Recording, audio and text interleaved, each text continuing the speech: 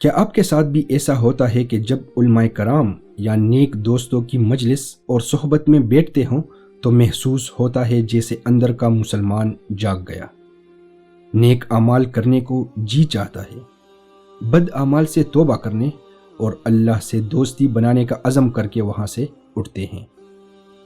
لیکن جب وہاں سے باہر کی دنیا میں نکلتے ہوں تو دن گزرنے کے ساتھ ساتھ پھر سے واپس گناہوں کی طرف رجحان زیادہ ہونے لگتا ہے، بلکہ نوبت یہاں تک آ جاتی ہے کہ نماز پڑھنے کو بھی جی نہیں چاہتا۔ آئیے اس کیفیت کو ایک مثال سے سمجھتے ہیں۔ آپ میں سے ہر کسی کے پاس کوئی نہ کوئی فون تو ہوگا، اور اس فون کی بیٹری بھی لازمی ہوگی، جو کسی کی آدھا دن تو کسی کی پورا دن اگر زیادہ اپلیکیشنز استعمال نہ کرے تو نکال لیتی ہوگی۔ اب اگر میں آپ سے کہوں کہ اس پہ ویڈیو چلا کر بتائیں کہ پھر کتنا وقت لگے گا، تو یہ وقت گھٹتے ہوئے 5 سے 6 گھنٹے تک شاید آ جائے۔ اور اگر آپ اسکائپ، فیس بک ویڈیو یا کوئی بھی گیم وغیرہ ساتھ چلا دیں اور انہیں بیک گراؤنڈ میں چلنے دیں تو گھنٹے کے اندر بیٹری ختم ہو جائے گی۔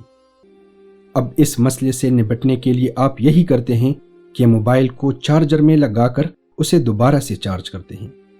اب اس مثال کو اپنی زندگی پہ لاگو کریں۔ آپ بھی ایک موبائل فون کی طرح ہے، اس میں جو بیٹری ہے اسے اپنے ایمان کی قوت سمجھ لیں، جبکہ اپلیکیشنز کو اچھے یا برے اعمال سمجھ لیں۔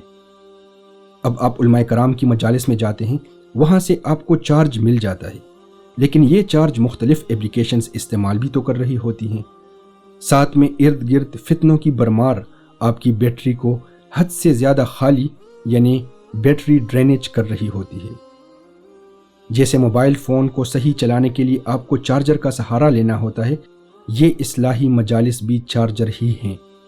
جب آپ کو اپنی بیٹری یعنی ایمان کمزور ہوتی ہوئی محسوس ہو، آپ چارجر یعنی اصلاحی مجالس، علماء کرام کی صحبت یا نیک دوستوں کی صحبت کی طرف دوڑیں۔ انشاءاللہ اس سے آپ کے ایمان کی چارجنگ ہو جایا کرے گی۔ اس کے ساتھ ساتھ بیٹری سیونگ اپلیکیشنز یعنی ذکر، اذکار، قرآن کی تلاوت اور اس پر غور و فکر وغیرہ استعمال کریں، اس سے چارج کا دورانیہ بھی بڑھ جایا کرے گا۔ مزید ایسی ویڈیوز حاصل کرنے کے لیے ہمارا YouTube چینل سبسکرائب کرنا نہ بھولیں۔